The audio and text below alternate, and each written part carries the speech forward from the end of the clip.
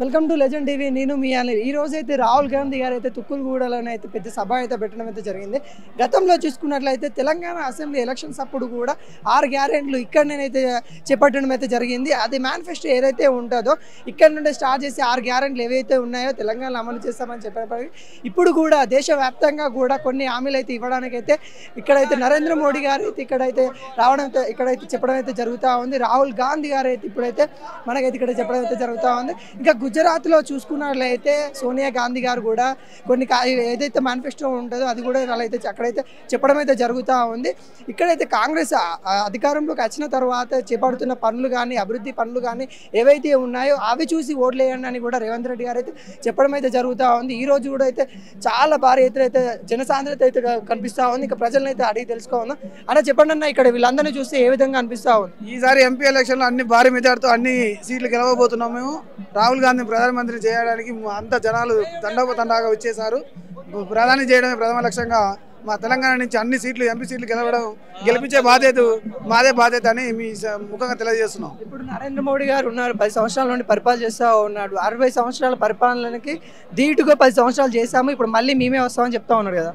10 సంవత్సరాల పరిపాలనలో ఏమన్నా బాగాలేదు. రైతులకు అన్ని విధాలుగా నష్టం జరుగుతుంది. తెలంగాణకి ఏ విధంగా ముందుకు ప్రభుత్వ పథకాలు మనకు అందట్లో తెలంగాణ టీఆర్ఎస్ ప్రభుత్వంలో మనకి ఎలాంటి లబ్ధి జరగలేదు. కాంగ్రెస్ ప్రభుత్వంలో రాహుల్ గాంధీని ప్రధాని చేసుకుంటే మన తెలంగాణకు ఎన్నో అభివృద్ధి ఫలాలు ఎన్నో వస్తాయి. ముందు ఇంకా ఎన్నో మంచి జరుగుతాయి. కాంగ్రెస్ రావాలి, మార్పు రావాలంటే కాంగ్రెస్ రావాలి, రాహుల్ గాంధీ ప్రధానమంత్రి కావాలి.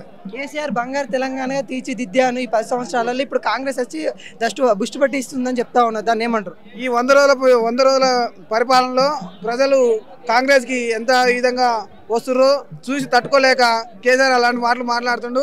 తగిన బుద్ధి కానీ ఈ ఎంపీ ఎలక్షన్లో కానీ తగిన బుద్ధి చెప్తాడు. ఇప్పుడు ఫామ్ హౌస్లో ఉండి కానీ ఇప్పుడు ఫామ్ హౌస్లో కానీ ఉండకుండా ఎక్కడికో దెంగిపోతాడు.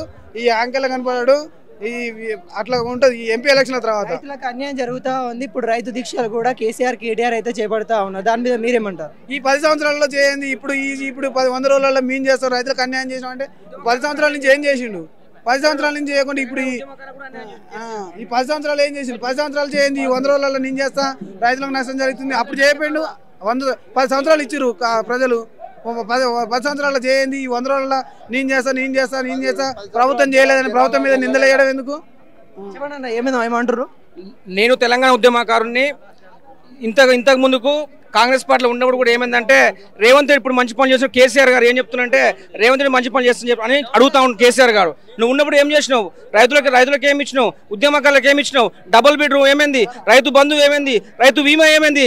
ఖబర్దార్ కేసీఆర్ చెప్తా ఉన్నాం. ఖచ్చితంగా నువ్వు ఎక్కడ పోటీ చేసి కూడా మళ్ళీ కాంగ్రెస్ పార్టీ ఓడకూడదని చెప్పి కూడా ఉద్యమకారు అంటే నువ్వు దొంగవు.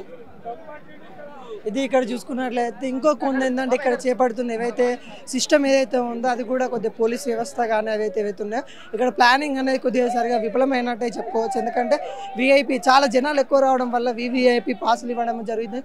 వాటి వల్ల కూడా కొంతమంది ఇబ్బంది పడుతూ ఉన్నారు. మన ఛానల్లో కూడా చాలా చూసారు. ఇప్పటివరకు కూడా చాలా పబ్లిక్ అయితే చెప్పడం అయితే జరుగుతూ ఉంది. ఇది ఇక్కడ ఉన్న పరిస్థితి. కెమెరామెన్ రాకేష్తో మీ అనిల్ తుక్కుగూడ.